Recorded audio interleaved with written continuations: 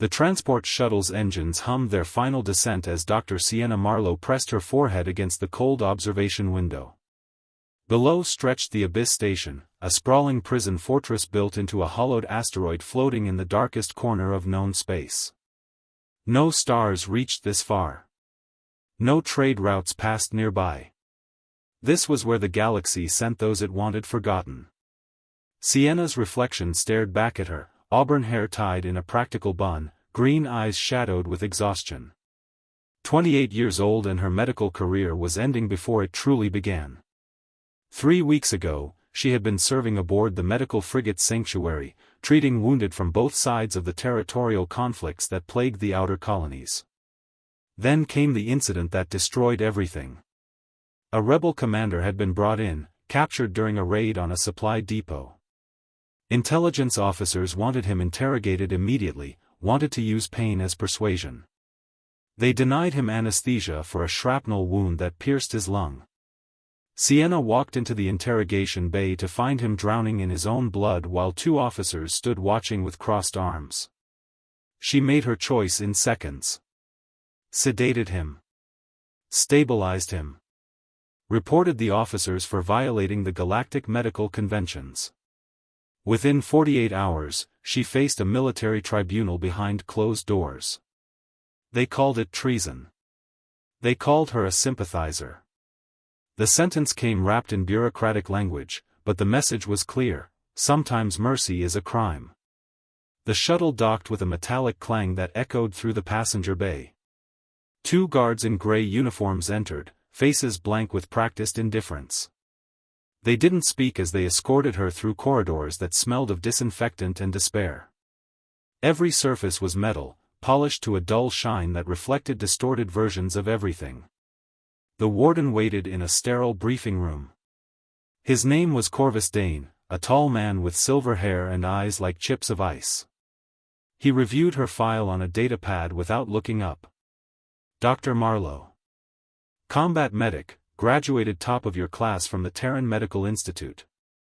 Decorated twice for valor under fire. Impressive record, truly impressive. He finally met her gaze. Makes your presence here all the more unfortunate. I saved a life, Sienna said quietly. That's what doctors do. You disobeyed direct orders during wartime operations. That's what traitors do. Corvus set down the datapad. Your sentence is 30 days in cell block Omega. If you survive, you'll be released with a permanent mark on your record.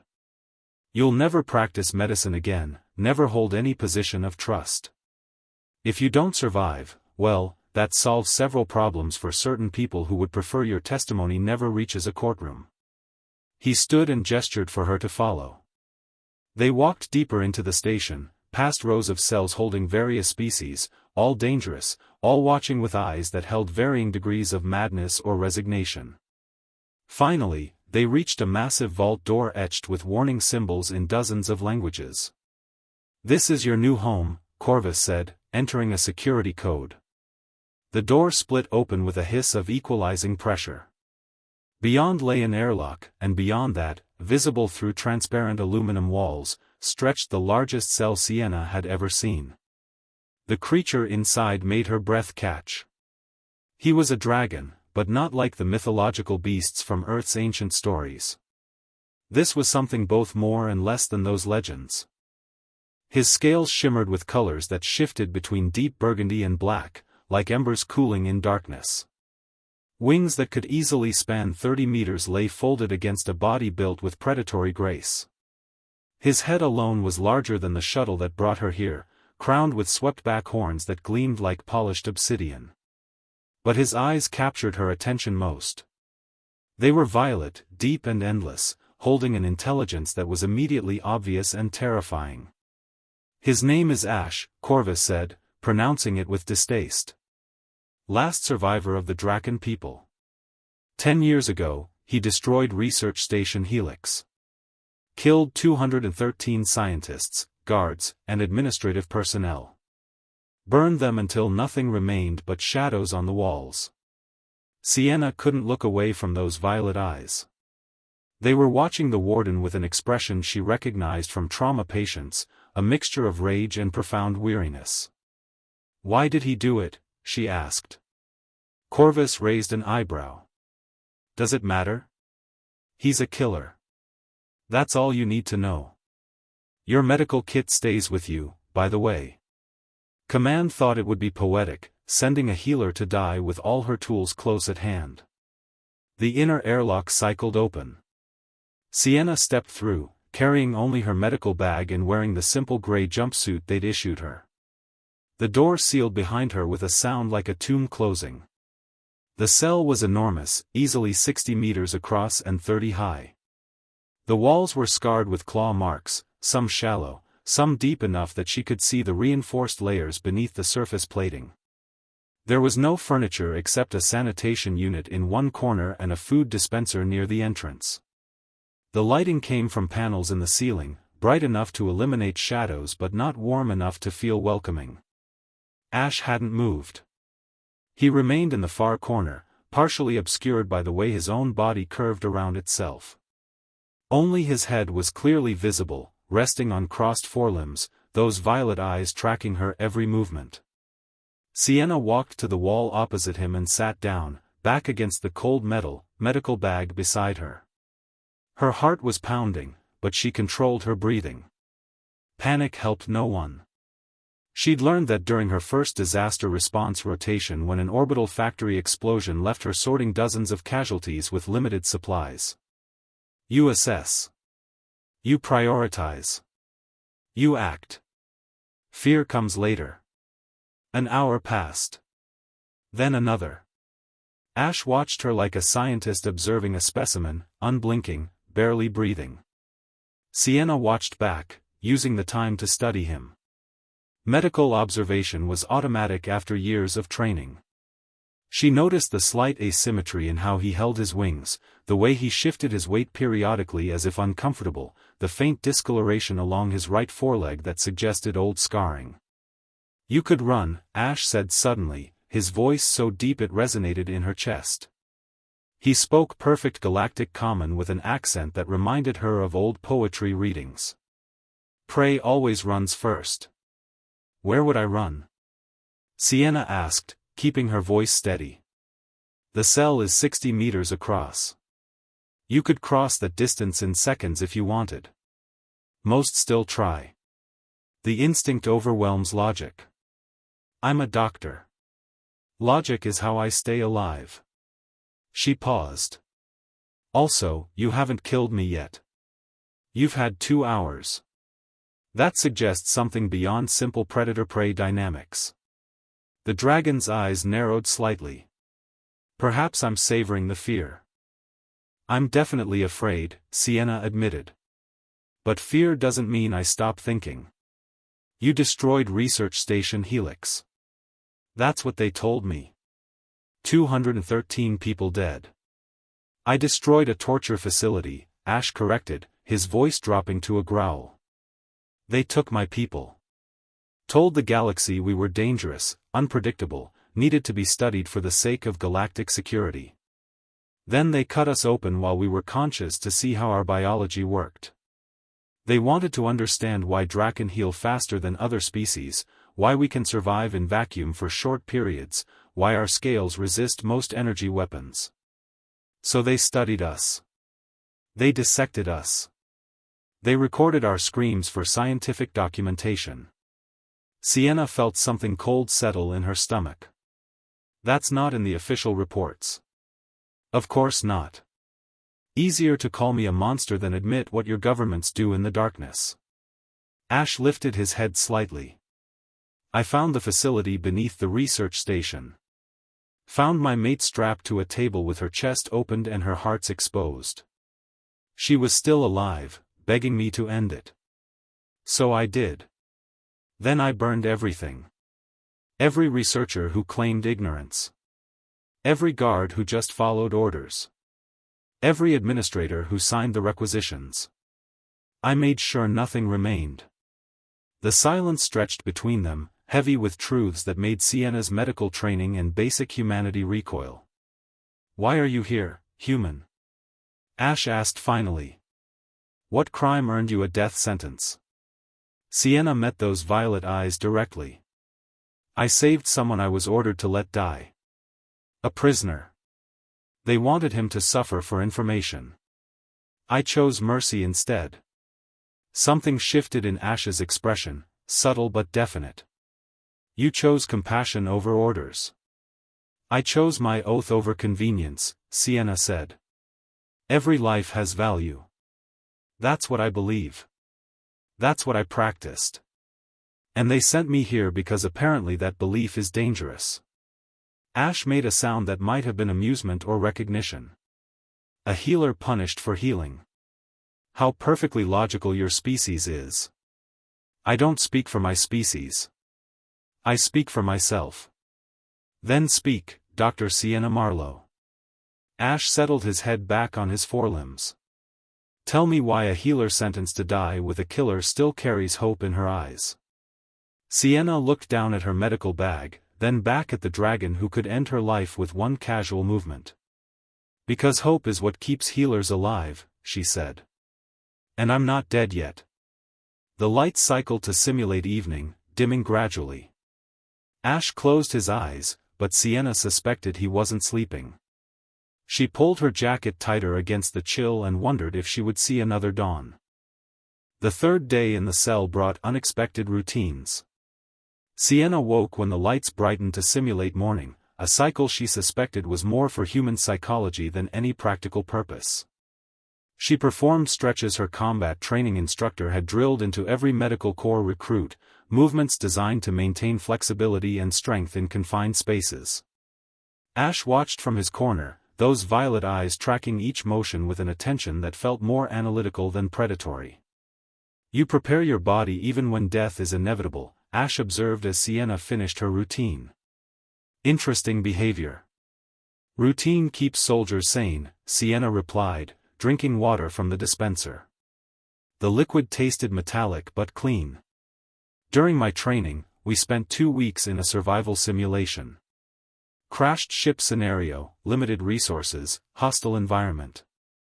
The ones who gave up on routine died first, not from lack of supplies, but from loss of will.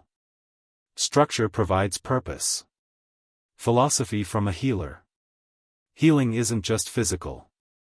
The mind needs medicine too. Sienna sat against her usual wall spot, medical bag beside her. My mentor used to say that half of saving someone is convincing them they want to be saved. Ash shifted position, and Sienna caught the subtle hitch in his movement again. The dragon's right foreleg trembled slightly before he redistributed his weight. His jaw tightened almost imperceptibly. These were signs she'd seen countless times in wounded patients trying to appear strong, trying to hide vulnerability that might be exploited. Your foreleg is bothering you, Sienna said. The temperature in the cell seemed to drop. Ash's eyes narrowed into slits of violet ice. Choose your next words carefully, human. I'm a medic. Observing injuries is automatic. Sienna kept her voice level, professional. The hesitation when you shift weight. The muscle tension in your shoulder. The way you favor your left side. You've been compensating for months, possibly years. You dare suggest I am weak? Ash's voice dropped to a dangerous rumble.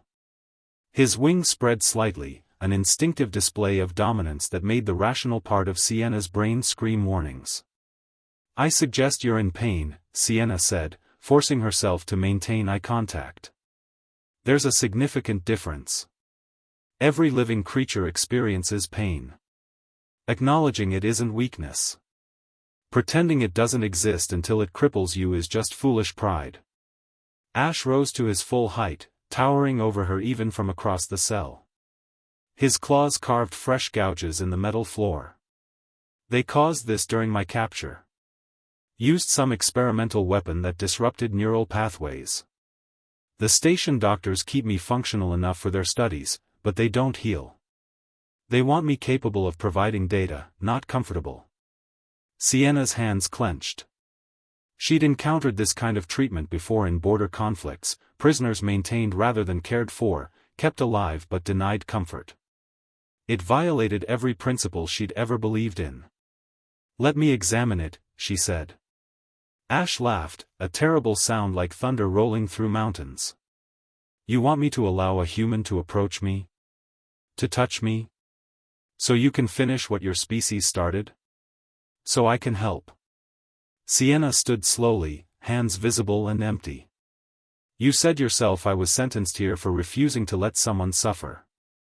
Why would I suddenly decide to cause more suffering?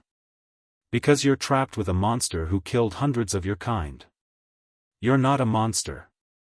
You're someone who experienced something horrific and responded with violence.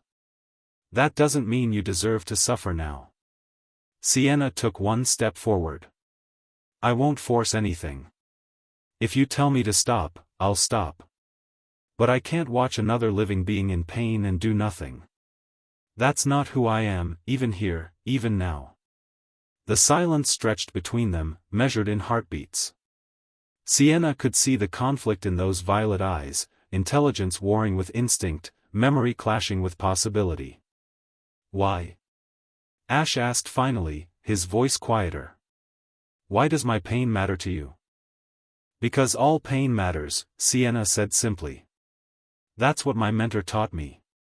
She was a brilliant surgeon, saved thousands during the colony plague outbreaks. She told me that the moment you decide whose suffering deserves attention is the moment you stop being a healer and become a judge. I didn't become a doctor to judge. I became one to help."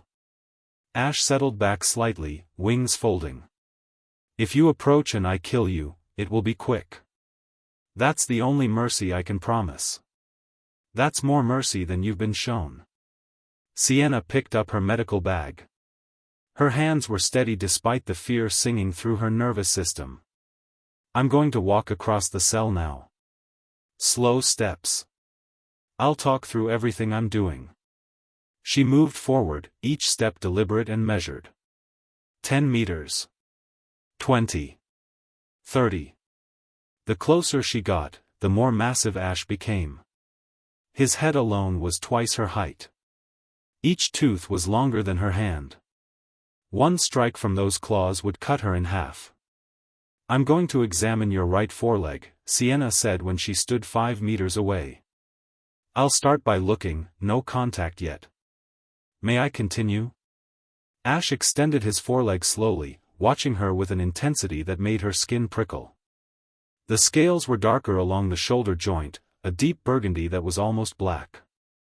Sienna circled slowly, observing from multiple angles. Her medical training activated automatically, cataloging details. "There's significant inflammation around the joint," she said. "The scales are discolored, suggesting internal bleeding or infection. The way the leg trembles when you extend it indicates nerve damage. Whatever weapon they used disrupted more than just neural pathways. It likely caused tissue death and triggered an immune response that never fully resolved." "Can you fix it?" Ash asked. "I don't know yet. May I touch the area? I need to feel the tissue response, check for temperature variation, assess the damage depth." Ash nodded once, a gesture so human it caught Sienna off guard. She stepped closer and placed her hand on his scales. They were warm, far warmer than she expected, and smooth like polished stone. She pressed gently around the joint, feeling for swelling, for abnormal heat, for the subtle signs that differentiated healing tissue from dying tissue. Ash flinched when she touched a spot near the shoulder joint. "There," Sienna said. "That's the epicenter. The weapon likely hit right here, and the damage spread outward. Your body tried to heal it, but something prevented proper recovery. Possibly they gave you drugs to keep you weak enough to control." "They injected me with something weekly," Ash confirmed. "Called it a stabilizer. It was probably an immunosuppressant," Sienna said, anger coloring her professional tone. "Kept your body from healing properly so you'd stay manageable. That's criminal. That's torture." She opened her medical bag and pulled out a scanner, one of the few pieces of technology they'd let her keep. The device was designed for human biology, but the basic principles should translate. She ran it over the joint, reading the data on the small screen. The good news is there's no permanent nerve severing, she said. The damage is extensive but potentially reversible. The bad news is treatment will be painful. I'd need to reopen the wound, clear out the dead tissue, and stimulate proper healing. Without proper anesthesia or surgical facilities, that means you'll feel everything. I've felt worse, Ash said. Sienna looked up at him. I believe you. But that doesn't mean I want to cause you pain. Sometimes healing requires pain first. Even I know that. Ash met her gaze. If you can help, I want you to try. Not because I trust you, but because I'm tired of this particular suffering. Sienna nodded. Give me time to prepare.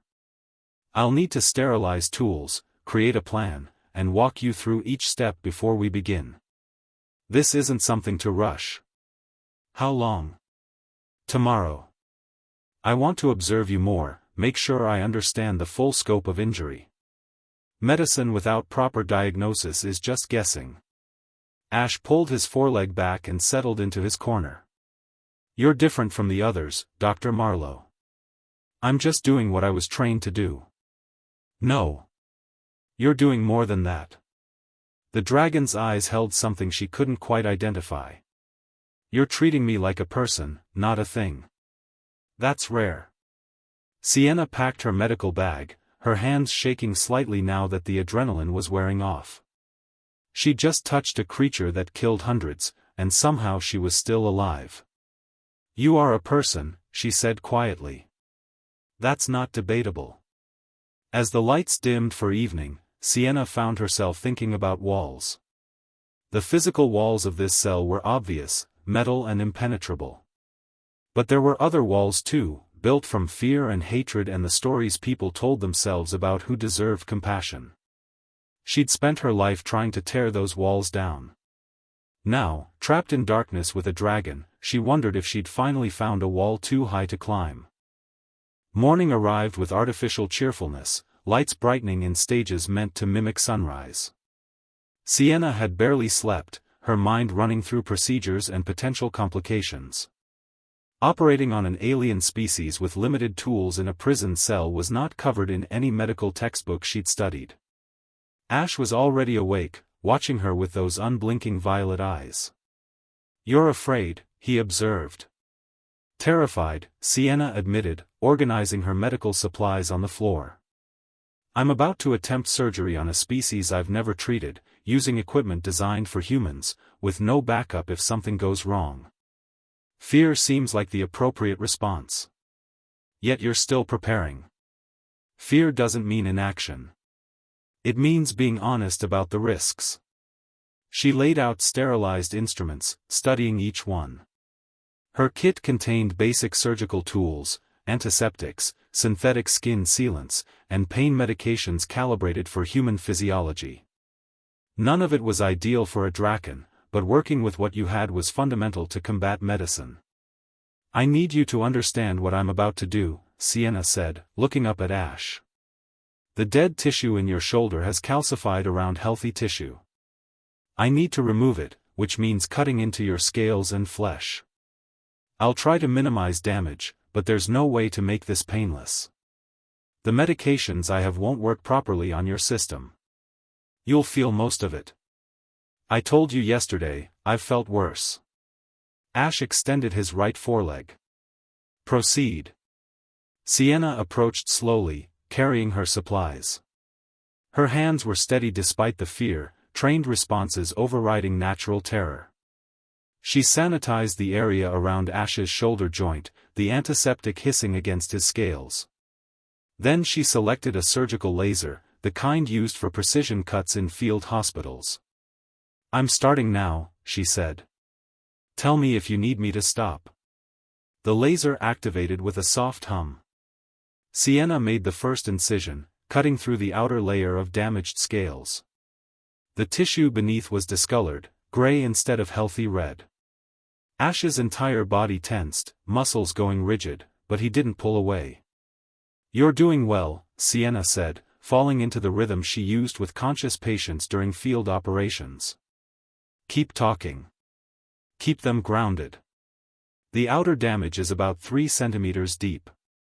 I'm clearing away the necrotic tissue now. Just breathe through it. She worked with focused precision, removing dead tissue and exposing healthy flesh beneath. Blood welled up, darker than human blood, almost purple. She used clotting agents from her kit, hoping they'd interact properly with Drakkon biology. They did, barely, the bleeding slowing to a manageable level. 20 minutes passed. 40. Ash's breathing was labored, his claws digging fresh gouges in the floor, but he remained still. Sienna marveled at his control. Human patients would be screaming by now, even with full anesthesia. Almost done, she said, sweat beading on her forehead despite the cell's cool temperature. I'm going to apply a growth stimulant. It's designed for humans, but the base compounds should work on any carbon-based biology. This will hurt worse for a moment, then start feeling better. She injected the stimulant directly into the cleaned wound. Ash made a sound somewhere between a growl and a groan, his entire body shuddering. Then, remarkably, the tissue began responding. New cells generated, fresh blood vessels forming, healthy tissue spreading across the wound. Sienna applied synthetic skin and sealed the incision. That's it. The worst is over. Ash slowly relaxed, testing his foreleg. The trembling was gone. The hesitation in his movements had vanished. He stood fully, distributing weight evenly across all limbs for the first time since Sienna had arrived. The pain, Ash said, wonder creeping into his voice. It's diminished. The inflammation will take a few days to fully resolve, but yes, it should feel significantly better. Sienna packed her tools, exhaustion hitting her suddenly. Change the bandages daily. Watch for signs of infection, though given how fast your tissue regenerated, I doubt that'll be a problem. Ash moved around the cell, testing his restored mobility. There was grace in his movements now, a fluidity that had been absent before. He circled back to where Sienna sat slumped against the wall. Why? He asked. You knew this might fail. You knew I could have killed you during the procedure. Why take that risk? Sienna looked up at him, too tired for anything but honesty. Because you were suffering. Because I had the knowledge to help.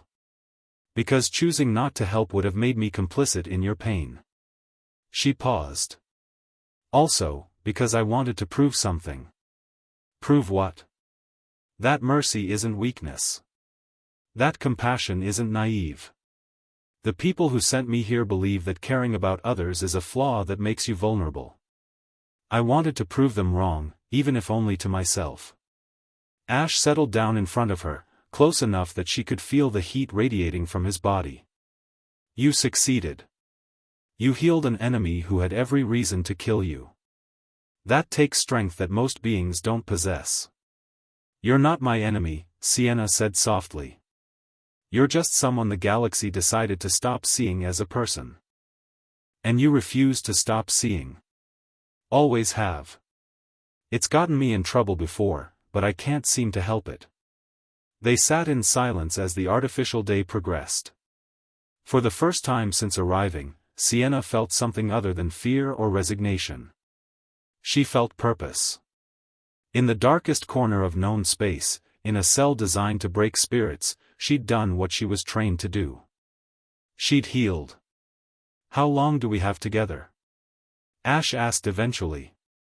27 days left of my sentence. Then we should make use of them. Tell me about your world, Dr. Marlowe. Tell me what makes humans believe they can heal the unhealable. So Sienna talked. She told him about Earth, about the colony worlds, about her training and her mentor and the moment she decided that all lives mattered equally.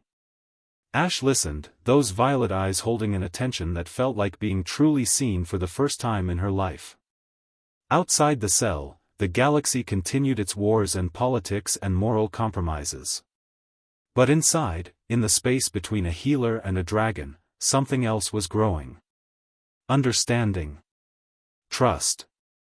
The fragile beginning of something that neither had expected to find. Sienna didn't know if they'd both survive the remaining days. Didn't know what would happen if they did. But for now, in this moment, she had done what mattered most. She had chosen mercy. And surprisingly, miraculously, it had chosen her back.